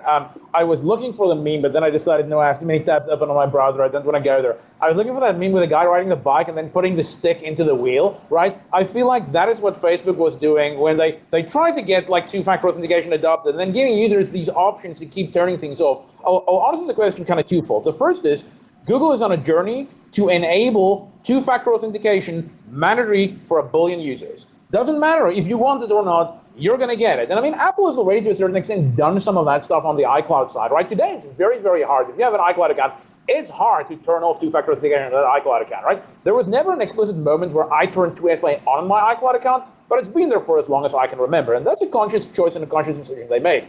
We're doing the same thing. I think we just publicized that we've enabled it for, I think, 150 million users. You go look at the Google blogs, Google two-factor, like you'll see some stuff that we've said about like successfully testing this out. Like we took 150 million users, we've enabled two-factor authentication for them. We looked at their account health over like a 6-month period and see what happened. Can they still log in? Can't they log in? Now, okay, I will say, I'll caveat this with, that was like a pretty good group of users we picked, right? They have recovery options. There's other things that's good about their accounts that made us want to go and pick them. But it worked out, and we're definitely on a journey to get two-factor authentication in general to more users. Now, let's talk about WebAuthn. The reason why my counterparts in Google on the account side is so excited about WebAuthn is you can sell WebAuthn as a usability benefit, right? You can't, it's hard to sell two-factor as a usability benefit, right? It really is purely a security benefit, and users don't care. They're like, you should keep me safe. They're really angry at you when you let someone else get into their account, but for the most part, they don't want to deal with it, right? They're more angry if you lock them out. I mean, that's obviously the worst, right? So lockout is bad, getting someone else to their account, bad, and then, of course, for the rest of it, they don't want to deal with it. The way that we're thinking about positioning WebAuthn is exactly what we've seen in that banking demo. You'll sign into your Google account one day, and you'll just get a message that says, hey, you happen to be on a device with a biometric sensor. Like you can have a fingerprint or a face or whatever. Do you want to use that to make your signing process easier in the future? And then the user says yes, now they have a passkey. Now, that is the experience that we're thinking about for Google accounts. That is the experience that actually many apps have been pushing users towards for the last almost decade, right? If you log into your Chase or Bank of America or whoever, like into your banking app today, that's the way that the app upsells you. Hey, do you want to use biometrics in the future? I mean, I'm not always a fan of the exact user experience and how slick it is, but what we want to do is make it extremely easy for users and have the value proposition center around usability and ease of use, and not around security. Of course, it's massive for security, but that's not what users, I think, in general, really care that much about. Sort of tempting to ask Tim the same question. I can't really remember seeing Microsoft doing a very significant, a very visible push for two-factor authentication. But are you planning to sort of push FIDO Web Authent onto us, and is that going to be voluntary or by sheer force? I'll take one little brag. We were the first of the three to allow you to remove your password completely. That was about a year ago, and that's been wildly successful. Yeah, we are certainly thinking about the day when we would mandate 2SV. And that would be most likely via passkey or security keys. So it's certainly top of mind. Yep. This is, as Christian mentioned, right? This is a journey. These releases that you're going to see very shortly, this is not the end, right? We're going to constantly improve, and it's going to be, it's going to be realistically be about 12 to 18 months before we can really start to push this on these big accounts. Yeah, Andrew. I mean, what are you doing from FIDO Alliance centrally to sort of like, I don't know, can you ask all the members of FIDO Alliance to push this stuff at the same time so we get the maximum attention to it, or how do you do that? Yeah, so a couple of points here. So first of all, I think the questions are fascinating because to me, they're all about usability. The question to Tim, the question about your mom or whoever it might be. My mom is incredibly difficult on this. Your mom, but like it's always your mom or your whoever it is. Like it's that proverbial person, but it's all about usability. And to that person, it's like, Apple has done a great service to the industry by introducing Touch ID. And Apple basically consumerized user authentication with Touch ID. And people are so accustomed now to using biometrics, that's the expectation of user experience.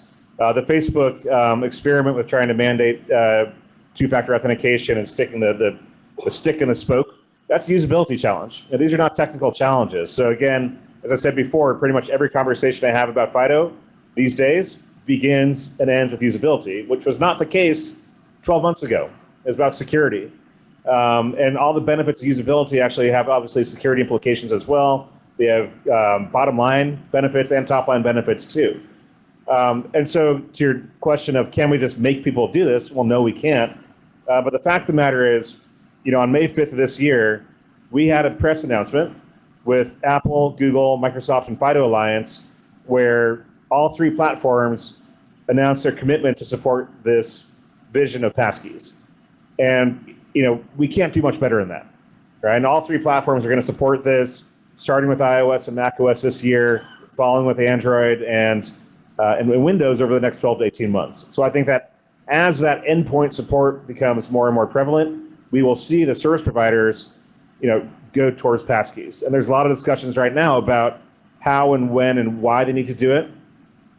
To be clear, as Tim just pointed out, like this is a technology in development. Right, so the technology is mature, right? It's already out in iOS and in beta form right now. But like any new technology, it does need to iterate. It will iterate based on market feedback, based on market forces, and we're taking that feedback's happening organically and also through the alliance itself, so that passkey over time will become more and more better tuned and also fit all market demands. One other point that we're doing inside of FIDO Alliance, we're not just hearing about usability. We're actually embracing it as a standards organization into everything we do. So we have a UX committee, we have a UX system coming into place, looking at user experience in every step of the way across our specifications and across our outputs. So passkey will be front and center, but we're also looking at things like UX for security keys and other deployments of FIDO authentication. How can we, again, the usability is a very good point. I do have a t-shirt today, a friend in Israel, Avid, called Security Digger, Sec Digger on Twitter. He has a rule, Avid's rule. He says security at the expense of usability comes at the expense of security. It's a really good one. Is FIDO, is it easy for normal people just to get started, or do we actually have to do any kind of training to get them started with this? I mean, again, back to my mom. Can she figure this stuff out without any kind of training at all? Because training is a cost. So let me talk about the user perspective, then turn over to Tim and Christian and talk about the the developer's perspective. So WebAuthn again is a remarkable API, and it's built in every browser, and anyone can basically deploy it today for use of platform authenticators. That being said, we heard from service providers like, hey, this is really exciting, but like there's some wonky stuff happening with like OS prompts and browser prompts, and like we don't know if this is being, how do we deploy this? And so we actually did our first UX study last year. We hired an external UX firm. We had a committee led by not your typical standards wonks, but by UX and design leads from companies like Visa and Apple and Intuit and JP Morgan Chase, who helped scope a study, a 3-part study, both moderated and unmoderated testing of people actually trying to enroll and leverage a platform authenticator to log in to a site supporting WebAuthn. And we learned so much from that. And it's fascinating watching users do things like try to use Touch ID on a MacBook to log into a fictitious bank site. And watching like this focus group, someone being like, wait a second, like, why does it want my fingerprint? And why does this bank want my fingerprint? And why do they want this? And so what we learned is that there's a lot of education that needs to happen about like, hey, first of all, your fingerprint's not leaving, but also all the user flows they're in. And most of the design stuff that we figured out was not about iconography and colors and stuff like that. It's about terminology and getting information across effectively and letting people know what's happening and like selectively disclosing information as they go along to help walk them through the entire user journey from being primed to enroll for WebAuthn, for your account on through to login and customer support and stuff like that. So there's a lot of science behind this, and we're trying to take that on as a body and then making these guidelines freely available to anyone to use, which they are today, and they are being utilized. Usability studies on this. Before we move on to Christian, just an additional follow-up on that one. Usability studies in the US, fine. I'm from Norway, and I will make the claim there are social and cultural differences between, different cultures, different countries, across borders, across nations, everything. Have this been tested out in European countries? Has it been tested out in Germany, which are just a tad more privacy concerned than anyone else in the world? I just want to act that before Andrew answers. I will say we're seeing statistically significant difference in pass rates, users being able to pass this when looking at different jurisdictions. So absolutely, there is definitely differences that we see in ways that we need to approach that. Andrew? Yeah. Okay. Anything more to add to this? How to... Do you want to talk about the developer side? Yes. Well, we can go to the technical side as well. It's a good point. Yeah, I mean, even just high level for developers, right? All of everything that you saw today was very minor tweaks to the existing FIDO2 WebAuthn stack, right? The autofill is literally adding a new tag to a username field. The cross-device thing is not something you as a relying party or website have to implement. That's all handled by the platform. All that magic is handled at that CTAP layer that Christian mentioned, client to authenticator protocol. And so one thing that we think is different here is that we have a very, very clean, specific use case now, right? Which when all of these specifications came out, right, there was, if you've ever read any spec, right, they're very hard to read, right? No matter how hard we try to make them easier to read, and I'm one of the people who write some of them. They're too big. They're hard for a developer to pick up. And so what's unique here is, the goal that we have for some new developer resources is that if a developer that has a site that the only reason they added SMS OTP or email magic link was because they were told, passwords are phishable and we can't have that, they should be able to go to the site and implement passkeys without ever picking up the WebAuthn spec, right? That's the goal, right? Like we may not even link to it. That's what we're thinking. And that really wasn't possible before, because there's just, when you start looking at a spec like that, there's so many different use cases it's addressing. And we really have a very clean, very boxed in use case here that applies to nearly everyone. And the other dimension to it is we didn't have any good libraries at the time, right? There were some like reference implementations, but again, they were served either not enough use cases or too many use cases. There's one specific library called Simple Web Authn that is already ready for all this passkey stuff. We found a bug in it last week. It was fixed in 2 days, right? We have amazing libraries that no one has to go write this stuff themselves anymore.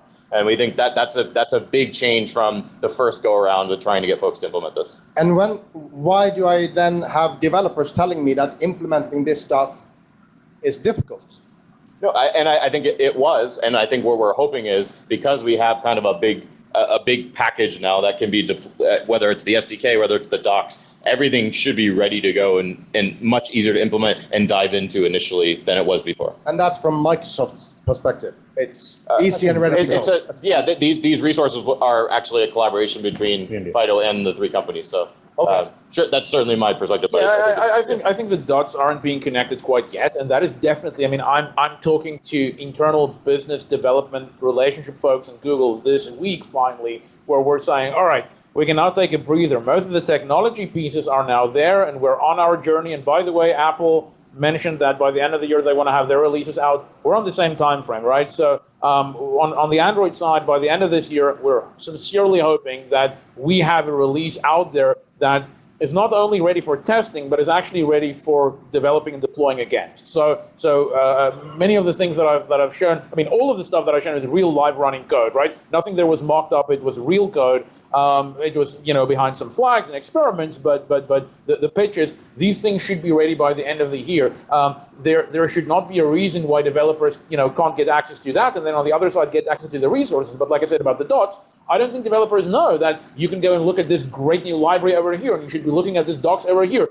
People Google WebAuthn, they get to the spec, and they're like, what the hell is this? And I think that really is something that we need to address. So back to my biz dev folks, it's like, we want to try and make it easy. Like, if we can get relationships started with the developers, and I mean, that includes the top 100 apps, but it includes also all of the long tail. Like, how does someone pick this stuff up? The last thing I'll add is, whereas we need to make sure there's messages for developers or messaging for developers, I think we've already lost if we need to pitch this to end users, right? If we need to go pitch the value proposition, like today with security keys, you need to take an action. You need to buy one, and then you need to go and navigate on a website and look for multi-factor options and look for security keys. If this is the way that WebAuthn is going to be deployed, it'll be a huge failure, in my opinion, right? WebAuthn should be deployed the way that biometric authentication works today, which is as a matter of course, when you're just interacting with the product, there should be an upsell. It should be easy to understand in plain language, 1 to 2 sentences at most, and it should start working. No one should go digging through settings to enable an account for WebAuthn, because that already means you need this cognitive kind of understanding of how things interact.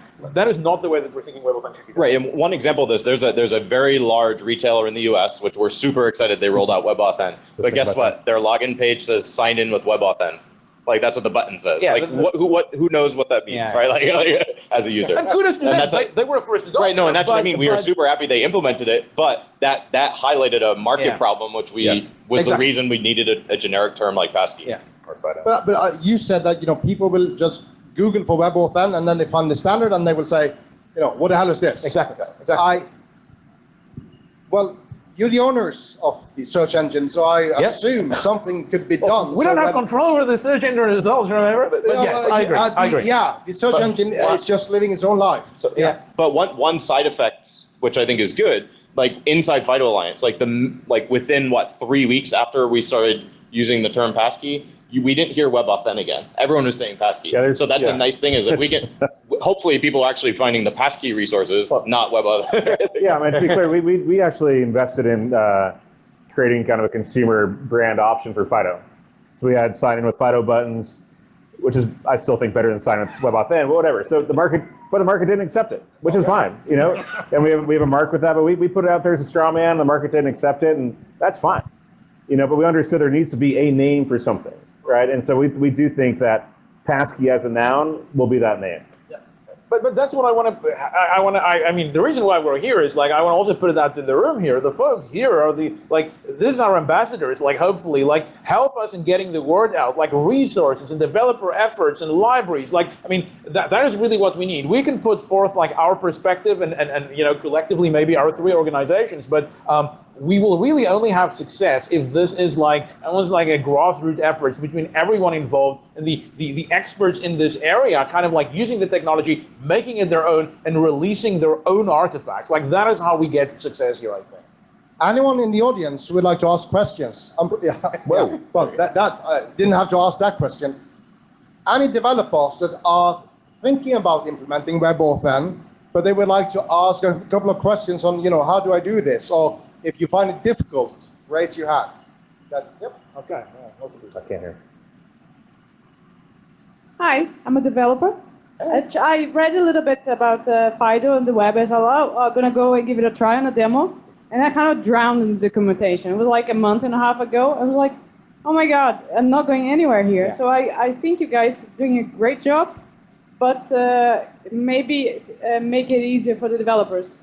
Yeah. That would be great. Yeah. But and also, I'm very happy that you guys came here, but I'm missing one big actor. It would be nice if Apple was here too, to get some bit of feedback. You can check Twitter and it's not anything but we're still in a position where it's hard for folks to travel and things like that. But we're still in a pandemic. So. Yeah. But when you say we want people to collaborate, maybe we should be giving people the idea of community, like the Fido community, so people feel like they can. Well, so that's actually code. the developer resources that I'm talking about, which will end up being passkeys.dev, will be the website once it's live. That's actually being driven by a community group in the W3C called the WebAuthn Community Adoption Group, which maybe we'll need to rename the Passkey Adoption Group. But that is actually anyone can join. We meet every 2 weeks, and actually it's myself and Matt Miller from Cisco, we're actually taking the output of that group, feedback, resources, and building out this developer resource center. So please, I can if you Google WebAuthn Community Adoption Group, it'll come right up. That's another thing. WebAuthn is a bad word. Yeah, no, I know, and that's what I'm saying. We probably need to rename it. Yeah, that's an artifact of the past, I guess.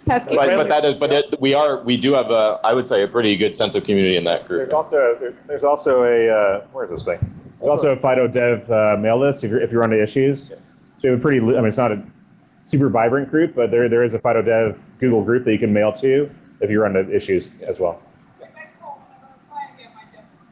Yeah. Next. Hello. I just had one question to make sure I'm understanding the security model around the passkeys, right? So the WebAuthn U2F, more specifically, I guess, is a very decentralized security model, right? The private key doesn't leave the security token concept, right? This is now a switch over to the credentials are essentially being managed by the vendor, right? So there is a shift there, I think, mentally that we need to make sure we're okay with, or we're thinking about the implications of that. Is that an accurate way to capture it? Yeah, I don't know. I mean, let me give you my perspective on this, right? So yes, to a certain extent. I think we were trying to figure out in which way, what are different ways in which we can address this, right? The challenge around every single time you buy a new device, we're going to know you're going to be up shit creek, right? And that's essentially what happens in the current model. And that's also what happens to the physical authenticator. When you lose that authenticator, you're so dead, right? So now we recommend Get 2. I mean, okay, that's maybe for folks with wallets that can go buy these. I mean, that's fine. But in a general consumer adoption thing, we looked at what already has traction. And what is traction is password managers, right? Also not the level of traction we really want them to have, but they have traction. And it's because of synchronization. We then looked at what is the best kind of line that we can weave through here, which is don't place this as files on disk, have the OS kind of mediate the access to them. There are certain additional security properties, but you're right. It looks, if you squint at it, it looks a little bit more like federation than what WebAuthn used to look. It still isn't quite federation because it's still a direct two-party relationship, right? It's between the authenticator and the developer. Yes, there is another third party meddling here in the middle now, which is doing the synchronization. But if you think about it, Google has 1,000 folks that is purely tasked with making sure that bad guys don't get into good users' Google accounts, right? You're now leveraging, if you're using passkeys in this way, you're essentially leveraging the fact that we're already have all that protection and all that investment in making sure only the right users get access to the right Google accounts. You're leveraging that. Now, it might be that you have a particular use case where, excuse me, even that level isn't good enough. You need to take responsibility of your own, direction here. And if that's what you want to do, there are certain things in the specification that allows you more granularity, where you don't have to rely on the synchronization. I will say, use that with caution, because what that will mean is when the user changes to a new device, they're going to have to start over. And unless you have a good story there, and I think that's another, I didn't want to get into that because that's kind of like where some of the viewpoints between like what Google's doing, Microsoft doing, and Apple doing differs a little bit. Is like how much of that control do we give developers, and how much of that of control do we give developers in the initial release? We're very worried that this might go a way where the usability suffers because of a perceived security. Look at per shirt, right? I mean, that's exactly that, right? We shouldn't all be trying to dial this up to 11 because of some perceived risk, and then in the meantime, usability suffers and no one uses the technology. So I'm being a little vague here, but I just want to mention, yes, you're taking anyway, I'll stop talking on this, but I'll say you are taking another, an additional dependency, but I think it's a net positive and not a net negative. Yeah, I'd say the same thing. So one added point I want to make is, so it does change FIDO security posture fundamentally. But I want to point out this was not done without a lot of deliberation and a lot of conversation internally. This wasn't done flippantly or without a lot of conversation. Ultimately, as Christian said, it's the greater good, right? So our goal, FIDO's mission since day one, has been to reduce reliance on passwords. And this stands to do that, taking, again, passwords out of play for so many consumer use cases that we decided that this change is worth it. And that being said, also, there are ways to work on this spec. You can actually still, using passkey, allow for some device-bound characteristics. Additionally, for specialized use cases, enterprise IT, highly regulated use cases, and so on and so forth, FIDO security keys will still be the default go-to approach, and that won't change. And just one other important thing, right? The passkeys in your account will be end-to-end encrypted, right? So that's an encrypted blob to Google, Microsoft, and Apple. They're end-to-end encrypted like other end-to-end encrypted data. So yes, we manage how they get down to the device, but you have to unlock them, right? And we'll have security policies also.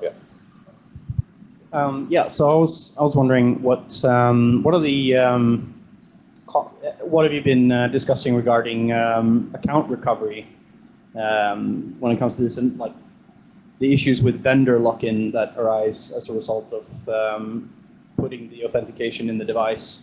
Yeah, I think that's a great question. I'll try and briefly just answer this in case some of my colleagues here also want to get in. But I think you're absolutely right. This again hinges on the fact that, like with many other user data, like you have data. There's data now that's sitting somewhere, and you need to, like with any other data, it's your data, right? You need to have the ability to get that data out of the ecosystem if you ever want to move somewhere else. We definitely recognize that.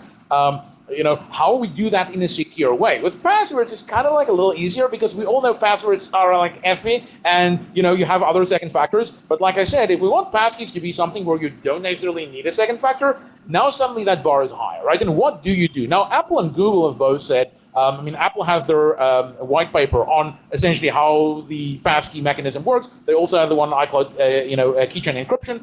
Google will do the same thing, right? So we will also, like them said, it's going to be end-to-end encrypted. We're already very, very similar to iCloud keychain. Firstly, you need access to the Google account. Now we are trying to drive a multi-factor adoption of Google accounts by default, right? And that's not an accident. That is part of the foundation what you really need for this to be successful, right? It doesn't help to say passkeys is as good as second factor, but then the recovery is a single factor thing that someone can just guess, right? So that needs to be solved, number one.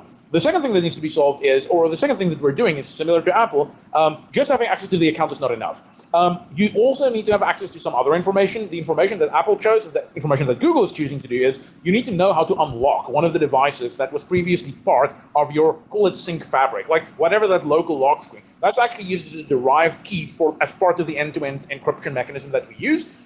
So we think mandatory like 2SV, which we're trying to drive in, plus that factor, plus all the other additional, I had a slide that I didn't show here, but if you think about it, over 99.9% of automated attacks where an attacker has your correct Google password will block. We won't allow them in because there are so many other things that we know about attackers and where they come from and how they look. So all of that benefits are there, and on top of that, we then layer the 2SV, we layer the additional screen unlock. So we think we have a pretty strong and a pretty robust system. If after that you're saying, no, I still need additional security for my use cases, there are things in the spec that enable that. But I think for most relying parties, we're hoping that where we've set the bar is essentially where we'd like to keep it. I'll get in front of one question just briefly by also saying, We're not saying this has to be keys always stored in Apple, or has to be keys always stored in Google. That is our initial implementation. But we are very much of the opinion that we need to do what we've done with password managers, and we need to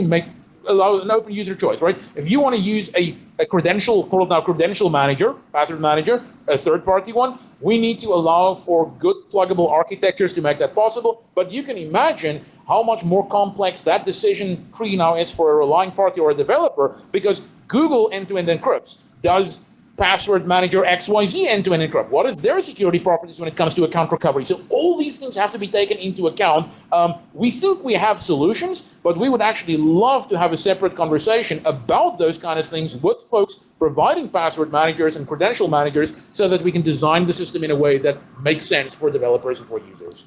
And even in the short term, right, if you look at, I would recommend looking at some of the Apple's demos, right? Apple's done a fantastic job about merging, like you can have your passkeys in iCloud keychain, but using LastPass for your passwords, and they all come up in the same UI, and you just pick which one you want to use, right? So there's also the convergence there in, I would say, what is the short term until we have a fully pluggable model where you can punch your passkeys over to LastPass or whatever password manager you want. Yeah. So, question here from Twitter. What is FIDO doing to continue to provide high security authentication with the introduction of passkeys that are lower security?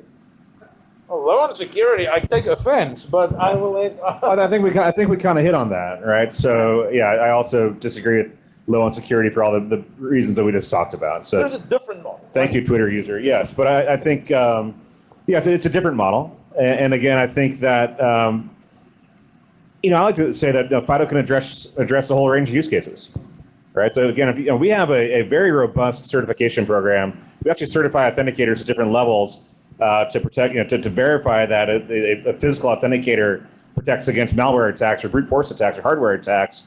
So if that's your use case, you can use one of these certified authenticators for that. I think again the base level FIDO security key will remain the default go-to for high security profile use cases. Beyond that, I think the security properties of passkey are not weak. They're not weak at all. And there's, in fact, I was talking this morning with the head of authentication at a major bank in the U.S. I was like, hey, how are you guys looking at passkey? What do you think about this? How do you feel about the security posture? His point is like, Andrew, that's a bunch of bullshit. He's like, the gap between what I'm doing now, which is SMS OTP, and what I get with passkey, the bar has risen so much from that. Right, so maybe there's some use cases where like a high transaction or certain scenarios where I want to get added data or added bullet points. In that case, I could take a passkey as just a single signal, feed it into my risk engine, and do other sorts of step up or other sorts of data to make sure that's a secure authentication. But ultimately, passkey raises the bar so high from the default means of authentication today that I don't think it's fair to say it's a weak security approach. So I have two quick questions. I think a lot of people's concern when they're talking lower security is in comparison to what the FIDO2 does right now, which I do prefer the FIDO2 model. I recognize the failings and now you've got to register on every site. But the quick question is, one of the fundamentals of FIDO2 originally was the key existed on the device and it would never surrender it for any reason. How do you know a key hasn't been cloned off? Is it possible for a key to get cloned off? Maybe you authenticated it through some, you didn't realize what the page is showing, you click something, and then there's a clone out there that you're not aware of, and that key is there. Is there any way to revoke credentials? So that's the first question. I'll let other folks also answer this. I think Tim might also answer this, but I'll just quickly mention that. Remember, the QR code flow and all these things, it's not actually your private key ever that goes over. The only time that will happen is when the user decides to sign in to a new iOS device, to a new macOS device, like in the Apple ecosystem, or to a new Android device where there's maybe you can kind of contrive this attack, where the user thinks they're giving a Google account credentials to a phishing site, and then the bad guy runs an emulator at the back that looks like a real Android device, and they use that to pull the credentials down. We have a lot of technology and signals around, are we dealing with real legitimate devices or not? So I think everything there feeds into our decision on whether or not we want to allow the credential syncing to come down to the device. If a user does it, let's say, you convince me on your Android phone to type my credentials in there, type my previous screen unlock in everything, and now all my credentials are on that particular device. Let's say that's the attack that we're talking about, right? Okay, now my credentials are there. I've got two options. If I realize it, I hope I do at some point. I can either go and I can go to, settings, and I can go and sign out that device, which essentially then invalidates the passkeys, almost like a remote wipe, right? I can go do that. Or I can go to the various accounts for which I hold passkeys. But this is the difference. Let me kind of take an analogy, right? I lose my wallet. Can I call one number to just block? Okay, sure. Can I block my entire wallet, or do I have to call all 5 credit card companies? Do I have to call up all 5 credit card companies? That's not great. You have that option with passkeys. You can go to the sites and individually revoke the passkey on that device, but I would say mostly you would just go and remove the account of the device, which immediately will invalidate all the passkeys. So just to clarify on that, each device has a unique credential that there's some mechanism that it authenticates with, it's either a signing chain, or are they all sharing a credential? In the Android world, there is some uniqueness that can be used as part of the risk detection.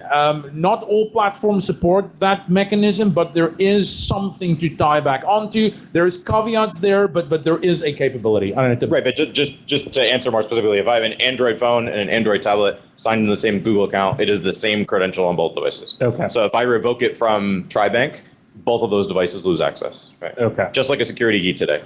And then the other question was, because everything on, say, a YubiKey now is done locally, and the way the mechanism works, the low-level mechanism, you can do two-factor authentication or even passwordless without leaking a lot of information on what sites you're doing, stuff like that. What type of metadata analysis could Google, Facebook, or anyone in the FIDO Alliance be now open to because they're involved in the syncing process? Is it as limited as actually? There's no change, right? Because the passkeys tied to your account are end-to-end encrypted, right? So there's no change in that model. What's that? Which metadata are you referring to? The credential metadata? So right now, we're definitely encrypting all the private keys. To encrypt the metadata has issues regarding the way that we rendered it on the usability side. So the mechanism that it'll work today, metadata won't be encrypted, but there's also no mining or anything of that. But technically, that's something that we could add, or that's something that if you choose to use a different provider in the future, that they might provide. For usability reasons, we encrypt the private keys and not the metadata today, but that's something that there's for no reason other than just there's a usability constraint on that for us. Yeah, I have a question regarding dual security keys. I've implemented a couple of these WebAuthn sites and tried to do the password. Sorry, very sorry. Yeah. Okay. Hello? Okay. Beat the AC. Much louder, I'll put it in my mouth. I developed a lot of this, I'm an early adopter, and I tried to implement a lot of this WebAuthn. What I felt lacking in the documentation or the implementation from before is the support for dual security keys. So I want to have my computer that has a DPM and such, and also my security key that is attached to my keychain, to be able to do this, co-op the login. How are your thoughts about that? So, just to make sure I understand the question, like dual security keys?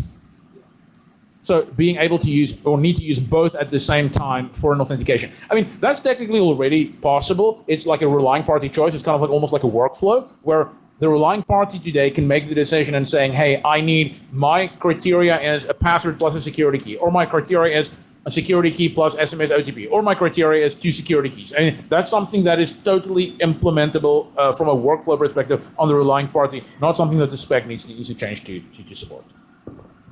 So my question kind of goes along with some of the questions that you had earlier, and but my scenario is more of the sense of the user trying to recover their account when their device is lost, stolen, or no longer accessible. They're traveling for business, vacation, whatever else. They have to resort to a machine at the hotel, whatever, to log in to access their information, whether it's bank, whatever else. What is the user's option to be able to access their account when they don't have access to their devices that's already been in the ecosystem? Super tough question. Probably the toughest one that anyone has asked today, right? And that is ultimately like, how do I know it's the right user and it's not someone pretending to be the user in this exact scenario, right? The easy answer today is going to be, you're going to need to prove to us that like it's you through something. You will, if there is no signal, if it's not coming from a known IP address or like a location or something that we know about you, which is, we've got many different types of signals, if in the future, the idea is that we remove passwords of Google accounts. So there will not be a password. That will not be a signal that you can provide us anymore, right? Because it's such a weak signal.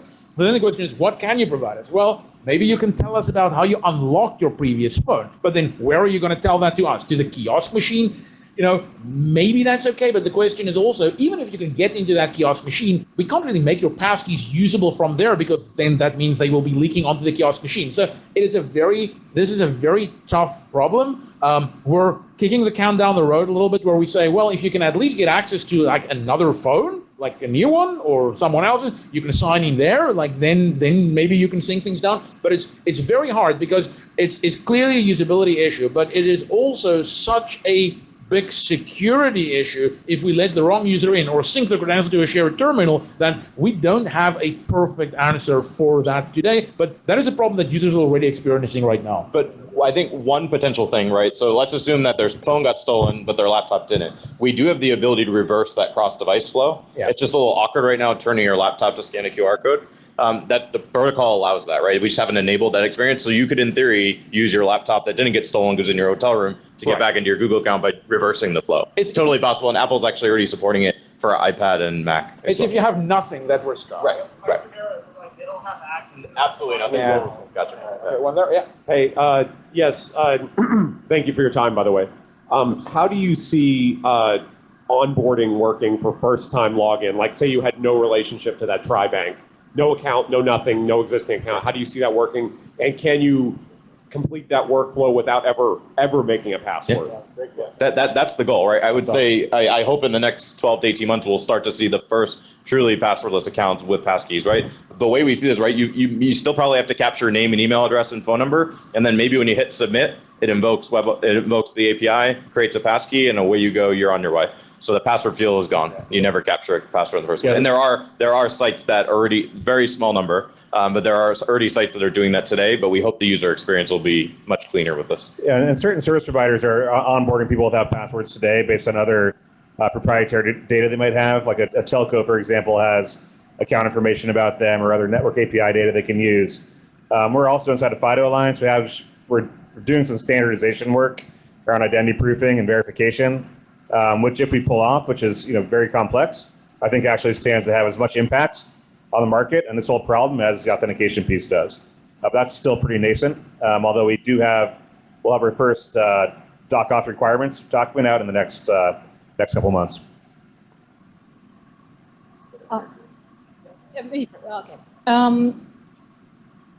It's really good to hear that you're taking on such skilled usability team to work on your usability, because my primary worry is, and then I get divorced. What happened? I managed to set up all my devices, but all of a sudden I am now going to untangle myself from the complexity that I've just made. Am I able to? Do I understand this? Or what if I die? What happens? That's a good one for you, Christian. But well, no, Tim.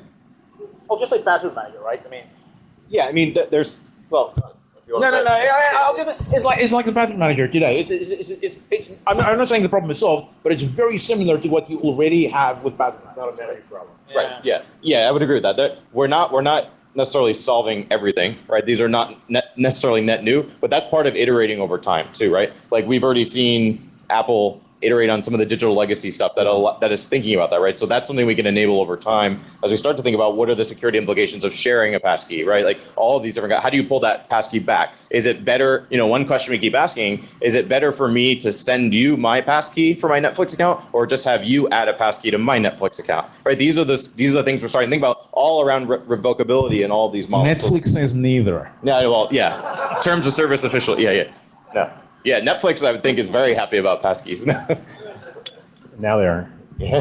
Yeah, I have basically the same question about shared devices. It's a really common use case. Our customers are commonly coming to, I work at Slack, and they want the ability to have checkout personnel use the same iPad and have a secure experience logging in, logging out. Yeah, so that's actually, so the one thing, Christian's demo is really great showing the cross-device flow, where we step up and create you a passkey on the local device. The other flip side of that use case, which we will heavily use in Windows, right? The example I always use is a gate agent at the airport, right? You never want to create local passkeys on that terminal. You always want to use the cross-device flow. So the shared device flow, the shared device scenario is one where you will always want to use that cross-device and never even, you may not even want to keep the relationship between that phone and that device. It's completely ephemeral. And in some cases, maybe even a security key is better than a phone there. Like tap the security key, it personalized, and then when you remove it, and those are great examples of, the question we got, I think last night at dinner was like, well, this is a consumer feature, right? And the answer is it's targeted at very consumer-centric use cases. But if you look at a frontline worker in a retail environment, I can tell you as Azure AD identity provider, they're using SMS sign-in. This is instantly better, and those are quote-unquote enterprise scenarios, right? So the gate agent use case, same thing. Like, what is better, them using a phishable mechanism or this phishing-resistant thing that may or may not be on their personal phone or a managed device? It's still better and a better user experience, less phishable. Yeah, we shouldn't rule out passkey for the enterprise. No, what's the Azure data? Like 28% of Azure clients are using MFA. Yeah. So we can move that up, 10, 20% by use of passkeys.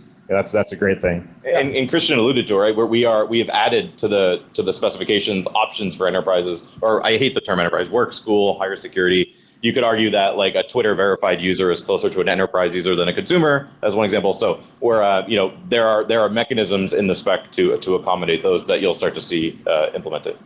So we're getting close to the time where I have to end this. There will also be a 1 hour break before we continue. But again, this one's for you first, Andrew. Privacy in this. I mean, security is one thing. Privacy is part of security. It is also something different. So have you looked into if this passkeys, FIDO, WebAuthn, U2F, or whatever you want to call it, you should really look into standardizing stuff.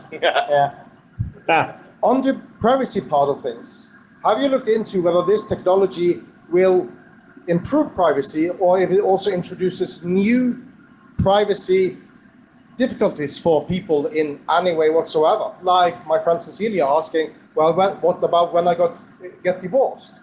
Is it then suddenly harder to maintain good privacy, as an example? Yeah, but that's a great question. And this is the type of discussion we're having inside of FIDO Alliance today. So I'm not going to give you a really square answer on that. We have a security and privacy working group that's looking at these issues, coming up with the best kind of a canonical approach, if you will, for how one should implement passkey to adhere to FIDO's privacy principles that we've had since day one. Yeah. And so I think there's certainly already implications. There's that conversation happening. The other thing we do as a body actively is we engage with regulators, across the world to understand how FIDO authentication in our various forms fits in with current and emerging privacy and regulatory policies. Right. So, I mean, like any new technology that we introduce in FIDO Alliance or elsewhere that impacts user authentication, we look at it closely inside the Alliance and figure out, how FIDO's best practices and specifications can meet, the privacy needs. So yeah, well, one thing that, I'll speak specifically for Microsoft on this. One thing that has come up in the past few months for us is thinking about how easy it is for users to use consumer federated sign-in, right? Passkey has the opportunity to remove the need to do consumer federated sign-in, which has serious privacy implications, right? You're telling that identity provider everywhere you're signing in. Now, on the enterprise side, that's what people pay for, right? You're paying for federation, you're paying to track employees because you need to enforce policy. On the consumer side, they're doing it because it's easy. So it's back to whoever asked the sign-up flow. If that sign-up flow is as frictionless as clicking sign in with X that I won't name, I'm just kidding. No, I know, just kidding. We have it too, technically. No one uses it, but no. No, so if we can make that as frictionless as possible, then you could make the argument that consumer federation with these big identity providers could and maybe should go down significantly over time. I'll say one thing for 30 seconds to Cecilia's point, right? I think a lot of the questions around there's a whole slew of use cases which I won't even go into because they're all super depressing. but around, whether or not users should get access and what happens when folks break up. And like there's this whole, and I think a lot of that isn't so much the protocol, it's around the implementation of the protocol. And that's good and bad, because that means, hey, the protocol is done, but that also means the relying parties need to take ownership of those experiences themselves. I know we're having discussions at Google around like, what does it mean to give someone access to, rather than typing a Google account password, now you can just use the screen lock on the device. What if that's a spouse's device? What if that's the shared kid's tablet? Like, how do I revoke that? And I think we're trying to think through those and implement, particular workflows. But the downside is that means every single relying party needs to do the same thing. And I think that can be tricky. And I think we're going to, folks will get it wrong. Like, I think, we're not better, like, but I think we are absolutely trying to think through those use cases, because we do realize that they are important. And use cases on this, I think that, I know that Cecilia and myself, we will most definitely be looking into the abusability aspects of this absolutely. for next weeks and months and years as well. We are really interested in this stuff. So it's interesting. We're getting very, very close. I want the sales pitch for this, because, and based on me saying there is no risk analysis and there is no business case justifying removal of passwords. So try me. Yeah. Give me the sales pitch. I'm going to give you a hot take. Tell me I'm wrong. I'm going to give you a hot take one. Yep. How much is your SMS cost? Your SMS service? How much do you pay per year? I could tell you. I'm not going to tell you what Microsoft is. We're talking millions of dollars across these companies for even just an SMS-based sign-in, right? That's not the primary reason, but that's a hot take that often has come up in discussions is what do these other methods actually cost that are completely unnecessary if the primary factor is phishing resistant? Christian, sales pitch. I mean, I haven't prepared this one, but I guess my talking points here would be something along the lines of, if you're not removing the password and you're making the password safer, you're adding something. Adding something comes at the, like, you're immediately, the moment you're adding, you're taking, you're making usability worse. Like, that is just insecurity. Like, the moment there's something additive, security is being made worse. The only way where we can make usability better or keep it on par while adding the security protection is taking something away. And what is the thing we can take away? It's certainly not FIDO. It must be, ergo, it must be the password. Like, that is my argument here to make. Yeah. We need to talk more afterwards. Okay, well, that's it for this panel discussion. I'm really, really incredibly happy that you come, Andrew, Christian, and Tim. So thank you. Thanks for having us. Thank you, Thank you, folks. I'll be around at the pool thing tonight, so if folks want to ask questions like outside, we can talk. Yeah, I You presume must you bring will a beer. stay on here as well. Absolutely. So use the next hour to talk to them or do something else, and we'll continue at 5 o'clock. Thank you.